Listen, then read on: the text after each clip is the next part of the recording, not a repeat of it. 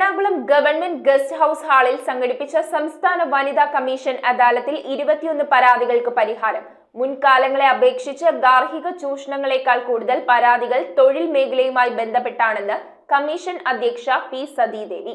Ernakulam government guest house ഹാളിൽ നടത്തിയ സംസ്ഥാന വനിതാ കമ്മീഷൻ അദാലത്തിൽ 21 പരാതികൾ പരിഹരിച്ചു. ആകെ 101 പരാതികളായിരുന്നു പരിഗണിച്ചത്. ഇതിൽ 12 പരാതികളുമായി ബന്ധപ്പെട്ട് വിവിധ സ്ഥാപനങ്ങളോട് റിപ്പോർട്ട് ആവശ്യപ്പെട്ടു. ഒരു പരാതി ജില്ലാ ലീഗൽ സർവീസ് അതോറിറ്റിക്ക് കൈമാറിയിട്ടുണ്ട്.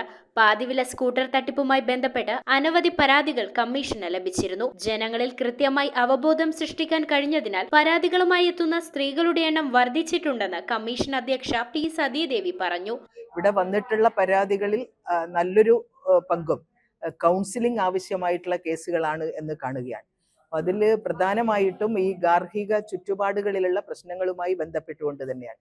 വിവാഹേതര ബന്ധങ്ങൾ വലിയ രൂപത്തിൽ വർദ്ധിക്കുന്നു എന്നുള്ള സ്ഥിതിയാണ് കമ്മീഷന്റെ മുമ്പാകെ വന്നിട്ടുള്ള പരാതികളിൽ നിന്ന് ഞങ്ങൾക്ക് മനസ്സിലാക്കാൻ കഴിഞ്ഞിട്ടുള്ളത്. അത് ഭർത്താക്കന്മാരുടെ വിവാഹേതര ബന്ധമുണ്ട്, ഭാര്യക്ക് മറ്റു തരത്തിലുള്ള ബന്ധങ്ങളിൽ നിന്ന് സംശയിക്കുന്ന ഭർത്താക്കന്മാരുടെ ഭർത്താവ് സംശയിക്കുന്ന അവസ്ഥയും ഈ പരാതികൾ കേൾക്കുന്ന സമയത്ത് ഞങ്ങൾക്ക് വ്യക്തമാകുമ്പോൾ തീർച്ചയായിട്ടും ഇരു കക്ഷികളെയും കുടുംബ ബന്ധങ്ങൾ നല്ല നിലക്ക് രമ്യമായി കൊണ്ടുപോകുന്നതിന് വേണ്ടിയിട്ടുള്ള കൗൺസിലിംഗ് കമ്മീഷന്റെ മുമ്പാകെ തന്നെ ഞങ്ങൾ നൽകുന്നുണ്ട്. കൂടാതെ എറണാകുളത്തെ റീജിയണൽ ഓഫീസിൽ പെർമനന്റ് ആയിട്ട് ഒരു കൗൺസിലറെ ഞങ്ങൾ ചുമതലപ്പെടുത്തിയിട്ടുണ്ട്.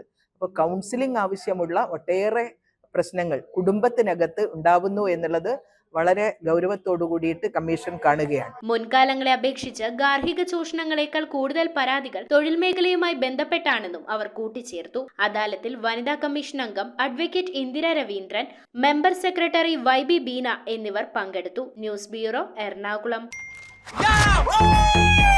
ദീപാവലി ബോണസ് വല്ലതും കിട്ടിയോ? എന്റെ മോള് എന്റെ നാട്ടിലെ ആദ്യത്തെ പൈലറ്റായി. അവളുടെ അഡ്മിഷന്റെ നേരത്ത് എനിക്ക് കൈത്താങ്ങായത് മണപ്പുറം ഗോൾഡ് ലോണാണ്. മണപ്പുറം ഗോൾഡ് ലോൺ പണയം വെക്കുന്ന ദിവസങ്ങൾക്ക് മാത്രം പലിശ ഈടാക്കുന്നു.